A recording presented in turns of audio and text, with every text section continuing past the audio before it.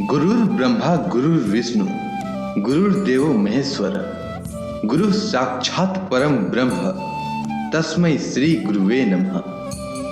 गुरु ब्रह्मा है, गुरु विष्णु है, गुरु ही शंकर है, गुरु ही साक्षात परम ब्रह्म है।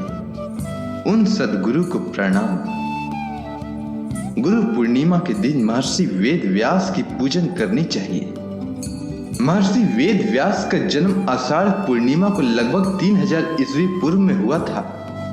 उनके सम्मान में ही हर वर्ष आषाढ़ शुक्ल पूर्णिमा को गुरु पूर्णिमा और व्यास पूर्णिमा का पर्व मनाया जाता है।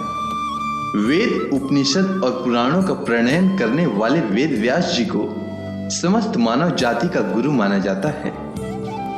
इसीलिए इस दिन व्यास जी के चित्र का पूजन और उनके द्वारा रचित ग्रंथों का अध्ययन करना चाहिए। अब चलिए सुनते हैं महर्षि वेद व्यास जी के जन्म की कथा। पौराणिक कथाओं के अनुसार प्राचीन काल में महर्षि पराशर भ्रमण के लिए निकले थे। भ्रमण करते वक्त उनकी नजर एक स्त्री पर पड़ी जिसका नाम सत्यवती था। मछुआरे की पुत्री सत्यवती दिखने में बहुत सुंदर और आकर्षक थी।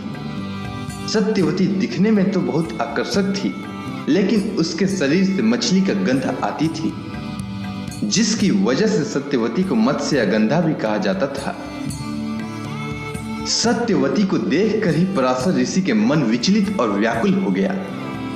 ऋषि ने सत्यवती को संतान प्रदान करने की इच्छा जताई। सत्यवती ने कहा, यह तो अनैतिक होगा। मैं ऐसे किस तरह आपके साथ अनैतिक संबंध बना लूं? मैं इस तरह के संबंध से होने वाली संतान को जन्म नहीं दे सकती। लेकिन पराशर ऋषि ने कहा कि यह संतान दिव्य होगा और सृष्टि में यह महानतम कार्य करेगा। ऐसे में महर्षि पराशर के सामने सत्यवती ने 3 शर्त रखी। सत्यवती की पहली शर्त थी कि उन्हें संभोग क्रीड़ा करते वक्त कोई न देखे। पराशर इस शर्त को स्वीकार करते हुए तुरंत कृत्रिम आवरण बना दिया। सत्यवती ने दूसरी शर्त रखी कि उनकी कौमार्यता कभी भी भंग न हो। ऐसे में ऋषि ने आश्वासन दिया कि बच्चे के जन्म के बाद भी उनकी कौमार्यता भंग नहीं होगी।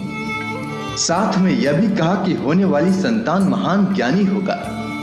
सत्यवती ने पराशर ऋषि के सामने तीसरी शर्त रखी कि उसके शरीर से आने वाली मछली की महक फूलों की सुगंध में परिवर्तित हो जाए।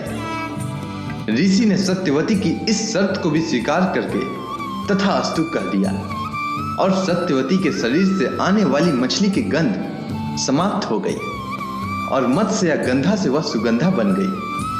समय आने पर सत्यवती को एक पुत्र हुआ जिनका नाम कृष्ण द्वैपायन रखा गया।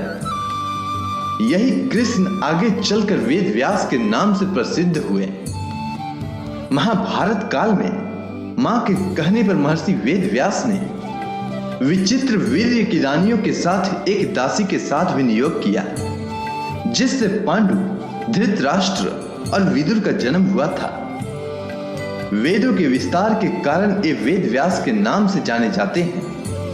वेद व्यास ने चारों वेदों के विस्तार के साथ साथ 18 महापुराणों तथा ब्रह्म सूत्र का भी प्रणयन किया। महर्षि वेद व्यास महाभारत के रचयिता हैं, बल्कि वह उन घटनाओं के भी साक्षी रहे हैं जो घटित हुई है। अगर आपको महर्षि वेद व्यास के जन्म की कथा अच्छी लगी हो तो कमेंट सेक्शन में अपने गुरु के सम्मान में जय गुरुदेव लिखना न भूलें। धन्यवाद।